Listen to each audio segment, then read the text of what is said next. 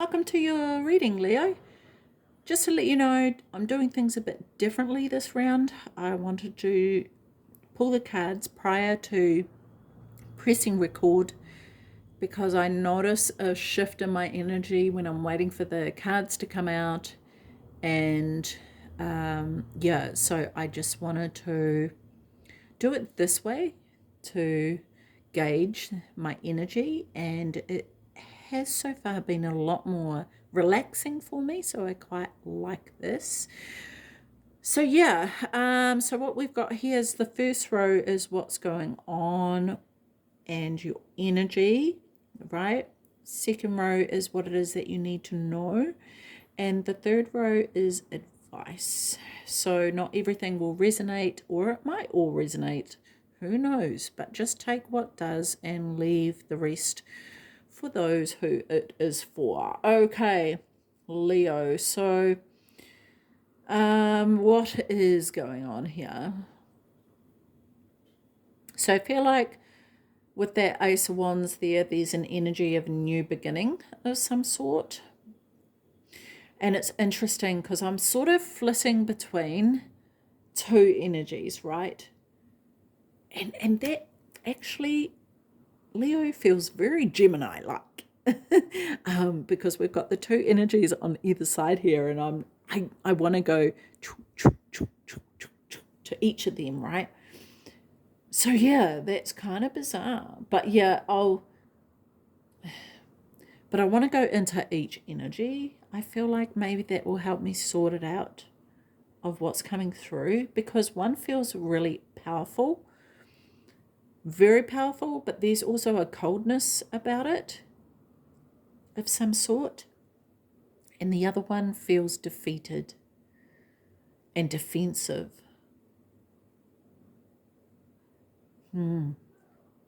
Yeah, so it's like there's a bouncing between the two,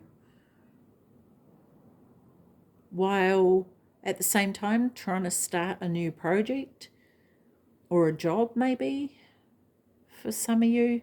It could be a project at work even, which is interesting that I'm getting that. We have got the Queen of Pentacles, but there's no Pentacles, but this could be a work-related thing. I'm not too sure. But yeah, it could be a new, I don't feel like it's a new relationship. It could be, though. It could be considering a new approach to a relationship. That fits more. Okay, so anyway, whatever it is, please just apply it how it fits for you. But yeah, I feel like you're trying to navigate in a creative way through this energy, right? Through this energy here. Because I wonder if both of these are your energies and it's kind of like flitting between the two, right? It's kind of like, I feel like, Leo, it's like you gathering yourself after being spun around 100 times. You know how when kids spin around and then they try to stand still and they're all dizzy? That's what it feels like. I'm getting that sensation, which is really interesting. So anyway, what's going on in the second row here? Okay, so what you need to know. Okay, so there's a new opportunity, right, for you. And it feels like there's quite a bit of stability here. I'm noticing here like this Page of Cups with the fish, and then the Temperance pouring the water into the cup. It's like the Page of Cups is going, oh, what does the fish need? And the Temperance is like, just pour some water into the cup for it. Like, and so it's kind of like figuring something out, like what is needed here. What do I need to do to make this thrive or make this work, right? Because it's sort of like there's the spilt cups here, but there's the two cups, and it's kind of like turning around and seeing the two cups, and it's like, oh, there's still two cups here, rather than focusing on those ones that have spilt over. Very interesting. Anyway, what else am I getting here? There's a sense that I'm getting that this is an opportunity that you'll create for yourself, because it's like there's just such an imbalance of energy at the start, right? Which I feel like is, like I said, it's definitely you. Yeah, so that makes sense, right? There's an opportunity here for you to get creative and balance that out, and this is how new creation takes form, right? The funny thing is that this does not feel like unexplored territory, honestly. Like, I feel like you've been here before.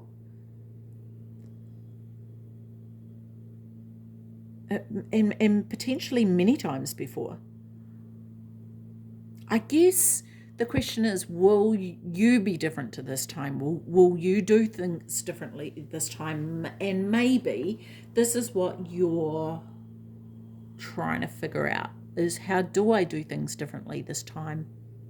Because it just feels like this old recycling of the same energy for you. And it's kind of like, how do I renew that?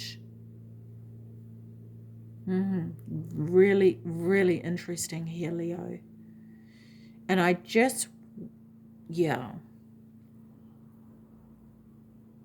because I feel like looking at these cups that have tipped over, it's like, oh, there was the opportunity for things to be different. It was possible here. But there's this flitting between the two energies that kind of got in the way of that. Interesting. Very interesting. This is intriguing energy, I have to say. And it's kind of interesting also doing it this way, of laying all the cards out at once, because I'm kind of like getting all this information from all the cards, but at the same time it being about that one row or that one card. Yeah. Okay. A little bit mind-boggling, but I actually quite like it. I'm getting used to it anyway. Okay, so the advice row here. Let's have a look. Okay, I want to say here to believe in what is possible, right? Like, okay, so Leo, do, what is this? What is this? Do the work that you need to do on yourself, right? And by that, I mean the shadow work. And I'm actually, funnily enough, getting that from the sun, because in the shadow is the inner child, and the sun can represent the inner child. And I feel like that work hasn't been done, potentially, because the fact of the matter is that you can tame a lion, right? But it still has its natural instincts.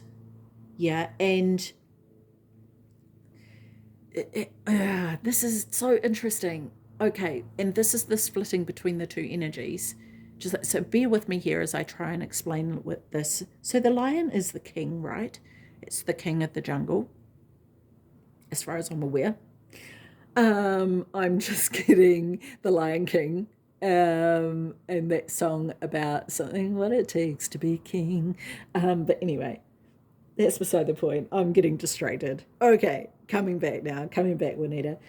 So yeah, the lion is the king, but also the lion is a predator. Okay, so the lion goes out and it hunts to kill. And I'm not saying that that's what you're doing, that you're hunting to kill, but well, I hope that's not what you're doing. But anyway, you know what I mean, right? Like there's these two polar opposite energies. So what's the point of this? What's the point of this? Okay, so it's kind of like you may bring the king to the spotlight to be seen, right? But what about the other parts, Leo? Right, the other parts that are kept in the shadows, like possibly this petty side here, right? This vindictive side, maybe, addictive parts of you, the parts that you hide, even from yourself. Those, it's kind of like, it's sort of like this gaslighting that goes on, like, no, I'm not like that. I'm Leo. I'm the king. I'm not like that. But you know deep down that you are, but you kind of hide it from yourself. So yeah, I feel like that's where the true work lies, in being firstly honest with yourself, like truly honest. Brutally, I don't want to say brutally honest, because that's brutal. Like, that's this energy. You know, I'm saying to be gentle on yourself, but don't be so gentle on yourself that you ignore the truth. Like, still bring the truth to the light, the raw truth, okay?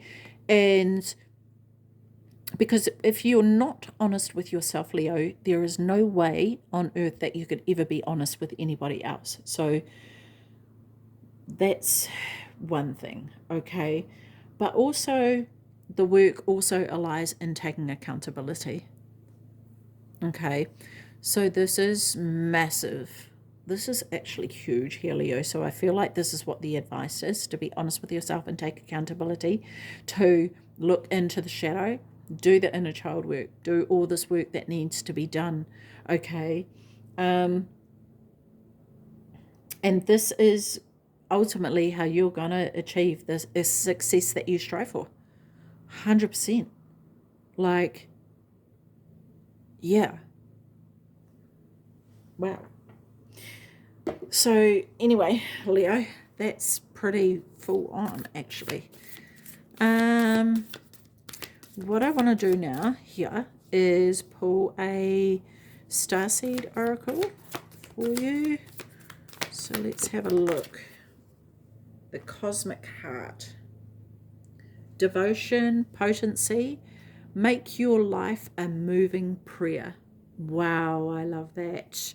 Okay, let me look this up in the book. Okay, Leo, let's have a look here. When you surrender to a state of devotion, you find yourself flowing with all of life. You're being called to refocus your attention deep within the intelligence of your own heart, to bow with deep reverence to your inner temple, to live your life in devotion to this place, to make your life one big moving prayer. Perhaps you've felt a bit off kilter lately, sensing that the potency of why you're doing things has gotten a little watered down or weak. Perhaps you've forgotten what made you start doing them in the first place. If so, this is your call to take a moment and reconnect with the truth at the very center of your heart, to get back to the essence of what you're about, to devote your life to what you care most about, to turn your gaze deep, deep, deep, deep. Yes, that's what we were talking about, going in deep, right? There are seasons for harvesting and seasons for sowing. Right now you are being called to plant your soul's seeds and sing to them with deep devotion, to feed them with the sweet waters of your own soul, to lose yourself in the potency of what is that most expands your heart, to live your life according to what makes you come alive rather than what everyone else thinks, to make your life one big moving prayer. How can you make your life a moving prayer? This is the question that you can ponder on here, Leo. Oh, I love that. That was really cool. Okay, thanks for the journey there, Leo. That was fun.